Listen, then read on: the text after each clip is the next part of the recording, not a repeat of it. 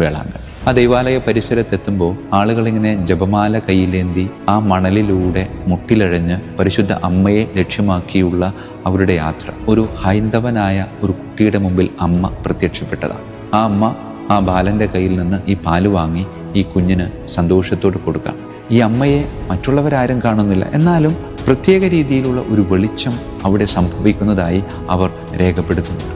അവൻ്റെ കാലിന് മുടന്താണ്. അപ്പം അമ്മ അവനോട് പറയുന്നുണ്ട്, നീ ഇരിക്കുന്നിടത്ത് നിന്ന് എഴുന്നേൽക്കുക. അവൻ അമ്മയോട് പറയുന്നുണ്ട്, അമ്മ എനിക്ക് എഴുന്നേൽക്കാൻ പറ്റത്തില്ല. അമ്മ വീണ്ടും അവനോട് പറഞ്ഞു, നീ എഴുന്നേൽക്ക്. അവൻ എഴുന്നേൽക്കാണ്. പൂർണ്ണ സൗഖ്യം നൽകിയ ആ അമ്മയെ അവർ ആരോഗ്യമാത എന്ന് വിളിക്കാൻ ആരംഭിച്ചു. ഒരു പോർച്ചുഗീസ് കപ്പൽ കാറ്റിലും കോളിലും പെട്ട് അത് മുങ്ങിപ്പോകാനുള്ള സകല സാധ്യതയും ഉണ്ടായപ്പോൾ നാവികർ ഒരുമിച്ച് സമുദ്ര താരകമായ അമ്മയെ ഞങ്ങളെ രക്ഷിക്കണേ എന്ന് വിളിച്ചപേക്ഷിച്ചു. ഞങ്ങൾ രക്ഷപ്പെടുകയാണെങ്കിൽ എവിടെയാണോ ഞങ്ങൾ ചെന്ന് ചേരുന്നത് അവിടെ അമ്മയുടെ നാമത്തിൽ ഒരു ദേവാലയം പണിതേക്കാം. പ്രിയമുള്ളവരെ, അവരും ചെന്നടിഞ്ഞത് ഈ അത്ഭുതങ്ങൾക്ക് സാക്ഷ്യം വഹിച്ച തീരത്തായിരുന്നു. അതെ, കുളത്തിലും തിട്ടയിലും തീരത്തിലും പ്രത്യക്ഷപ്പെട്ട അമ്മ, സമുദ്രതാരകമായ അമ്മ പ്രഖ്യാപിക്കുന്നത് ഈ വെള്ളവും കരയുമൊക്കെ എൻ്റെത്.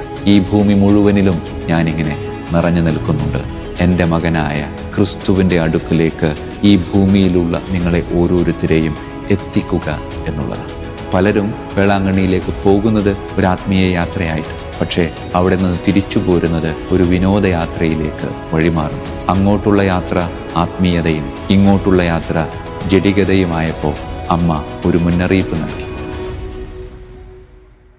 ഈശോ മിശിഹായിക്കും സ്തുതിയായിരിക്കട്ടെ. പ്രിയമുള്ളവരെ, കിഴക്കിൻ്റെ ലൂർദിനെ പറ്റിയാണ് നാം ധ്യാനിക്കുന്നത്. തമിഴ്നാട്ടിലെ വേളാങ്കണ്ണി. ആ ദൈവാലയ പരിസരത്തെത്തുമ്പോൾ ആളുകളിങ്ങനെ ജപമാല കയ്യിലേന്തി ആ മണലിലൂടെ മുട്ടിലഴഞ്ഞ് പരിശുദ്ധ അമ്മയെ ലക്ഷ്യമാക്കിയുള്ള അവരുടെ യാത്ര. ആ യാത്ര ചെയ്യുന്ന ഓരോ വിശ്വാസിയും പറയാതെ പറയുന്നൊരു കാര്യമുണ്ട്. ഉള്ളിലെ സങ്കടക്കടൽ അത് ആ അമ്മയിലേക്കൊന്ന് എത്തിച്ചു കിട്ടിയാൽ അതിനൊരു അറുതി ഉണ്ടാകും, ഒരാശ്വാസം ഉണ്ടാകും, ഒരു തീർപ്പുണ്ടാകും എന്ന വലിയ സത്യമാണ്. പ്രിയമുള്ളവരെ, ഈ ആലയം ഇത്രമാത്രം അറിയപ്പെടാൻ കാരണമായ 1-2 അത്ഭുതങ്ങളുണ്ട്. 16-ാം നൂറ്റാണ്ടിലും 17-ാം നൂറ്റാണ്ടിലും നടന്ന 3 അത്ഭുതങ്ങൾ. അതിൽ 16-ാം നൂറ്റാണ്ടിൽ നടന്ന ആദ്യത്തെ അത്ഭുതം ഒരു ഹൈന്ദവനായ ഒരു കുട്ടിയുടെ മുമ്പിൽ അമ്മ പ്രത്യക്ഷപ്പെട്ടതാണ്. ഈ കുട്ടിയുടെ പ്രത്യേകത എന്ന് പറയുന്നത് വീട്ടിലെ പ്രാരാബ്ധം കാരണം വീട്ടിലുള്ള പശുവിൻ്റെ പാല് ഒരുപാട് ദൂരം മൈലുകൾ താണ്ടി നടന്ന് ധനികനായ ഒരുവൻ്റെ വീട്ടിൽ കൊണ്ടുചെന്ന് വിൽക്കും. എല്ലാ ദിവസവും അവനിങ്ങനെ കഷ്ടപ്പെട്ട് പൊരിവെയിലത്ത് ഇങ്ങനെ നടന്നു പോകേണ്ടതുണ്ട്.